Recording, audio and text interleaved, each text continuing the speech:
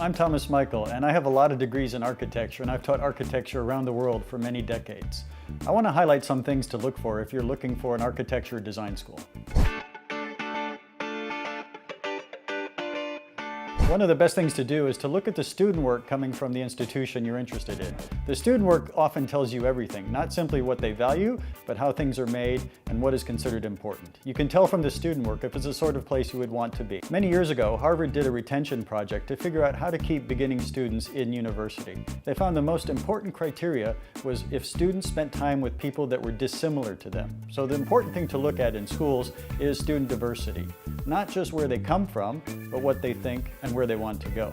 The student intensity will show up in everything from their work patterns, to their ambitions, to their Instagram pages. Look closely. It's important to understand the relationship between faculty and students. A school is composed of the students and the faculty and the learning process. It's not simply the faculty-student ratio, it's their interaction, it's the dynamism, it's the energy or the forces that play that make a good school good. And to learn this, you have to look at everything from the Instagram pages to the student work to any other source of information you can get from the students. You just want to look at the relationship between faculty and students, not simply the mathematical quantity of how many students per faculty, but the quality of that interaction. A school is based on learning.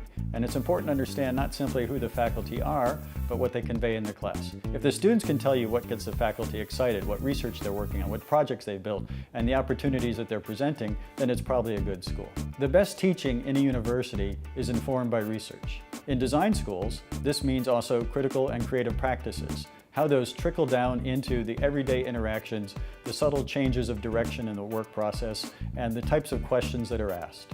Learning is based on questioning, and questioning informed by research and critical practice is the best form of design education. So you have to look for all of those traces, all of those markers, all of those qualities. Some of the best schools I've worked with and studied at had a great range of diversity of the faculty, not simply in terms of their backgrounds, but everything from their international education, their international work experience, their international connections, but also their global vision of understanding not simply how to do things well in one place, but how to do multiple things well in multiple places.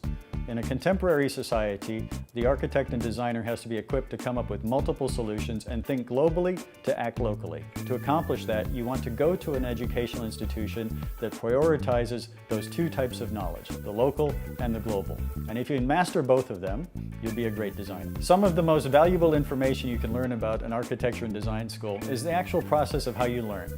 If it's like cooking in MasterChef or if it's like playing in kindergarten, understanding the workflows and the patterns of the school, its value system, and how this trickles into the everyday interactions, even the materials you use and the words you choose to present with, all of this is important. For students and for the parents that might be supporting them, the biggest question is always, how do you learn? We know that people have different learning styles, and we know that there's different ways to approach all of the different subdisciplines of design, architecture, interiors, and urban design. It's a very, very complex issue. At the same time, you will be exposed in a good design school to a variety of different processes, methods, and worldviews. These are crucial for understanding your possible place in the world and to think about what sort of practitioner you'd like to be in the future. As a consequence, how we learn is the most important data you can extract from a school's information sites. Sometimes they don't have this available though. You have to talk to people. You have to talk to industry colleagues. You have to talk to where the alumni have gone, talk to the students themselves. How you learn is just as important as what you learn today. A good marker of a good design school is where their graduates wind up. Do they stay in the local area? Do they move all over the country? Do they practice internationally? Do they go to the best graduate schools and come back? Do they start their own companies? Do they create new industries? Do they create new disciplines? Do they move into political authority and change the world? All of these are things that have happened with my students in architecture schools. And it's something to look at in terms of the future outcomes and future prospects of the graduates of the universities. Where you go afterwards is just as important as where you go to study. And a good school will have information and tell you where their students go, and they will take pride in the accomplishment of their students and their former students. It's very possible in any school to learn what the current curriculum is, and in many cases, design and architecture curriculums have similarities. But there's always going to be points of difference. Focus on these. The points of difference are also the points of distinction and the basis for your future design identity, perhaps. As a consequence, we want you to look at all of the aspects of the curriculum, the hard skills as well as the soft skills. It is the case that nowadays, with increasing automation, that those soft skills, empathy, creativity, pattern finding, storytelling, are the ones that will get you the job. But it's also the time to think about how we can collaborate and work across different disciplines, work outside of our areas of expertise, build new knowledge systems, and build new teams. Those soft skills are just as crucial as the knowledge you can bring to the table when you're trying to solve a wicked problem.